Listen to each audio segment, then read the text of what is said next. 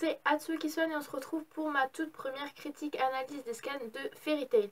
Donc on va parler, pour cette toute première critique analyse, on va parler du chapitre 513 donc de Fairy Tail. Alors je sais, je vous fais un petit peu tard, mais début de semaine et encore maintenant j'étais vraiment malade. Là ça va un petit peu mieux. J'hésitais quand même à vous le faire donc aujourd'hui. Mais du coup je me suis dit autant le faire aujourd'hui, faire un chapitre par un chapitre, parce que faire deux chapitres en une seule vidéo c'est vraiment trop long. Donc j'ai préféré quand même vous le faire. Donc j'ai mon PC juste là à côté de moi, enfin du coup en dessous, parce que j'ai juste un petit élévateur en fait au-dessus de mon bureau. Donc du coup j'ai mon PC à côté de moi et comme ça je vais au fur et à mesure vous dire à peu près mes opinions. Donc on va commencer par les premières pages. Donc on voit que donc du coup Sting il a battu donc Raclide, donc le fils de Zeref et filleul donc de Natsu.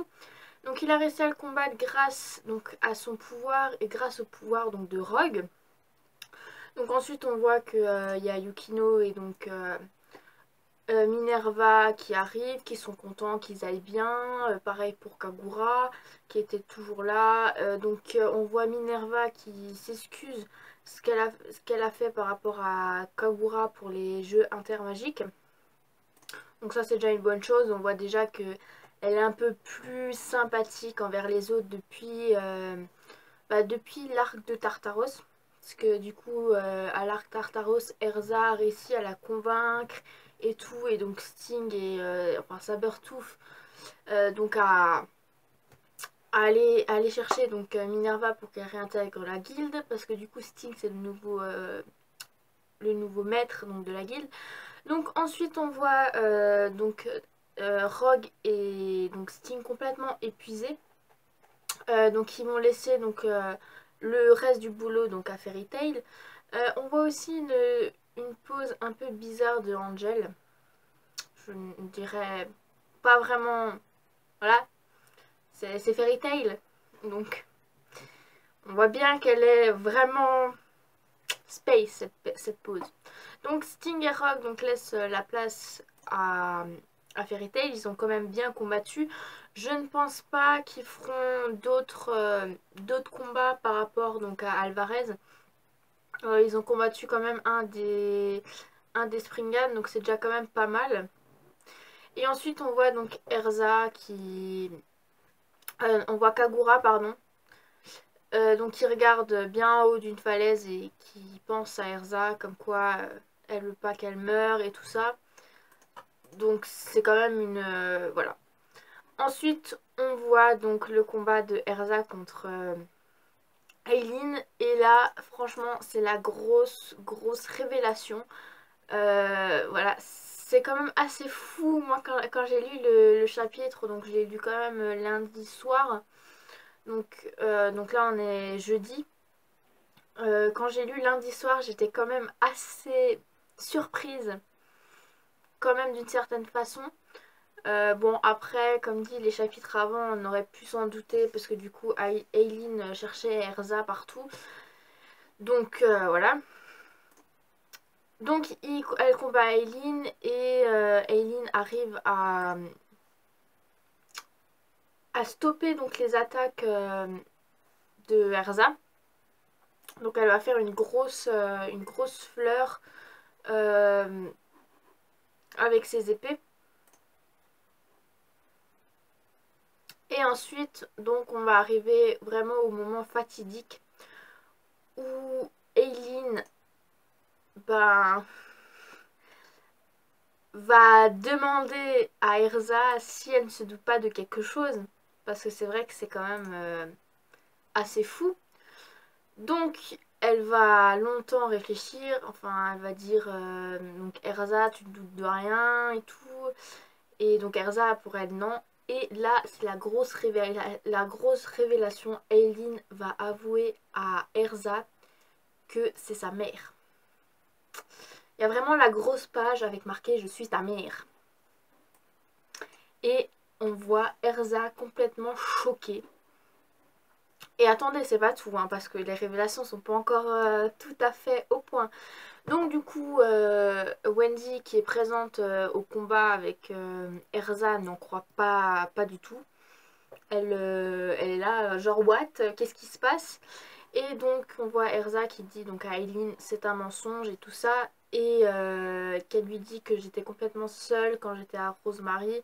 J'ai jamais eu de parents, enfin voilà, elle considère toujours ses parents, donc elle considère son lien de parenté avec Makarov, donc le maître de la guilde. Et pourtant, donc Eileen va quand même dire que non, c'est pas un mensonge, il y a un secret caché derrière ta naissance. Donc voilà. Et évidemment, Erza donc n'hésitera pas à tuer donc Eileen, donc qui est quand même sa propre mère. Elle dit pour moi tous les ennemis de Fairy Tail ce sont mes amis, je n'hésiterai pas à les tuer. Et pareil pour Eileen, elle n'hésiterait pas à tuer sa propre fille parce que du coup Erza va combattre Alvarez. Donc c'est quand même une révélation assez intéressante. Et donc caché derrière donc ce secret donc de la naissance de Erza, et ben Eileen déjà va nous dire que donc son nom complet c'est Eileen Belserian, l'ancienne reine des dragons. Là c'est vraiment le deuxième rapport de ce chapitre assez intéressant je trouve, parce que moi quand j'ai vu le chapitre j'étais quand même en mode what, mais il se passe quoi? On apprend que donc Erza, donc que Eileen est la mère de Erza, on apprend que Eileen donc c'est l'ancienne reine des pirates, et on apprend aussi que du coup Eileen a enfin, il y a un secret caché par rapport à la naissance de Erza. Alors maintenant on se pose la question suivante. Donc maintenant on connaît la mère donc de Erza, mais on ne connaît pas qui est le père. Et quel est le secret donc de sa naissance? Donc déjà le prochain chapitre va parler donc donc de l'histoire donc des dragons. Donc je pense que la semaine prochaine il y aura vraiment un chapitre super intéressant. Je pense qu'il va être assez badass. Et je pense dans les prochains chapitres on va savoir quel est ce secret donc par rapport à la naissance de Erza. Je suis complètement sûre qu'il y aura un flashback ou une histoire comme ça, parce que généralement c'est toujours comme ça. Par rapport à Lucie on avait appris ce qui s'était passé quand elle est petite, pourquoi elle s'est échappée de chez elle. On voit vraiment tout ça. Et je suis sûre que là on verra donc donc le secret de la naissance de Erza. Et donc là on va voir aussi l'histoire des dragons dans le prochain chapitre. Et je suis sûre qu'on va savoir qui est le père. Mais du coup, c'est une question qu'on se pose. Qui est le père? Donc déjà, Eileen c'est une ancienne reine des dragons. Alors ça se pourrait que le père de Erza soit Acnologia. Généralement, voilà, c'est une base, parce que du coup, bah voilà, Acnologia c'est quand même un humain qui s'est transformé enfin, qui se transforme en dragon et il peut redevenir humain. Et alors si Eileen peut aussi se transformer comme ça en dragon, j'imagine même pas le combat contre Fairy Tail, hein. Alvarez contre Fairy Tail avec Eileen qui se transforme en dragon en plein combat, là ça va être du cheaté pas possible. Mais du coup, quel est donc le père de Erza? C'est vraiment la question qu'on se pose. Et j'espère qu'on va le savoir bientôt, parce que c'est quand même assez fou quoi. Déjà quand on a appris que Eileen c'était la mère donc de Erza, déjà c'était... Déjà on voit quand même la ressemblance entre la mère et la fille, hein. La même couleur des cheveux, la même grosseur de la poitrine, hein, voilà. On voit de qui tient Erza. Donc bon, après c'est vrai qu'ils n'ont pas le même look. Eileen c'est plus une version sorcière avec le gros chapeau, la main squelettique. Erza c'est plus autre chose, mais bon. Eileen arrive quand même à dissoudre donc la magie de Erza, qui fait un point en commun, parce que du coup Eileen connaît quand même les faiblesses et les points forts donc, de sa fille. Et voilà, donc c'est vraiment des petites ressemblances assez importantes. Et en plus, Aileen, depuis le début du combat, elle cherchait quand même partout Erza. Donc, dans tous les mots, c'est où te caches-tu, Erza? Donc, voilà. Tu sais, on a quand même ressenti une certaine manière, mais bon, là, comme elle l'a dit, c'est quand même assez fou, hein. C'est comme Zeref qui apprend à Natsu que c'est son frère. Et que c'est aussi un indie du coup. Donc c'est vrai qu'on apprend des choses assez intéressantes dans cet arc-là, donc de Alvarez. Et voilà, donc maintenant, on ne sait pas plus. Moi, franchement, mon ressenti pour ça, donc il y aura un... Donc déjà, il y aura donc l'histoire des dragons dans le prochain chapitre. On- J'aimerais bien savoir, donc j'aimerais bien voir donc les flashbacks donc du secret de la naissance de Erza et j'aimerais bien savoir qui est le père de Erza. Après voilà, Acnologia c'est juste une hypothèse, c'est pas forcément vrai, mais vu que Aileen elle lui dit aussi que c'est une ancienne reine des dragons, on pourrait imaginer que du coup Acnologia c'est le père d'Erza. Mais bon, ça reste à voir quoi. Et si vraiment c'est le cas, voilà, c'est du gros, hein. Parce que Erza, elle est quand même badass. Donc, imaginez Erza qui est d'une famille de complètement. Voilà. Ce serait Aileen avec Acnologia et Erza. C'est vraiment une famille assez badass. Mais bon, c'est une hypothèse. Après, on verra ça donc, dans les prochains chapitres. Donc le prochain chapitre, donc ça sera l'histoire des dragons.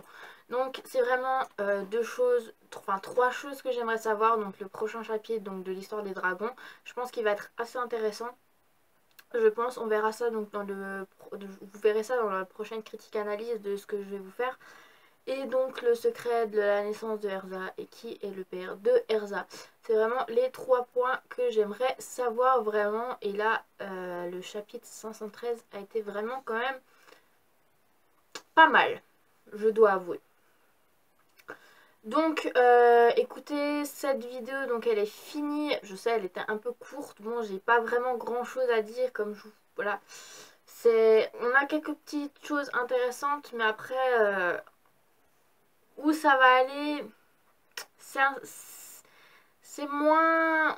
On creuse moins que dans les autres mangas comme One Piece où vraiment on arrive à pousser un peu plus loin, où vraiment il y a beaucoup plus de petites choses comme ça qui fait qu'on arrive à se projeter plus loin et à savoir un petit peu plus de choses. Donc comme dit déjà Fairy Tail, même si c'est mon deuxième manga préféré, voilà, c'est... On a moins de perspection par rapport à One Piece. Donc j'ai moins de choses à dire là-dessus. Mais on verra ça dans le prochain chapitre qui j'espère sera quand même assez fort. Donc voilà, j'espère que cette vidéo vous aura plu. N'hésitez pas à l'aimer, à la partager, à vous abonner. Et je vous souhaite une très très bonne après-midi. Et je vous dis à une prochaine, donc à la semaine prochaine donc pour le prochain chapitre.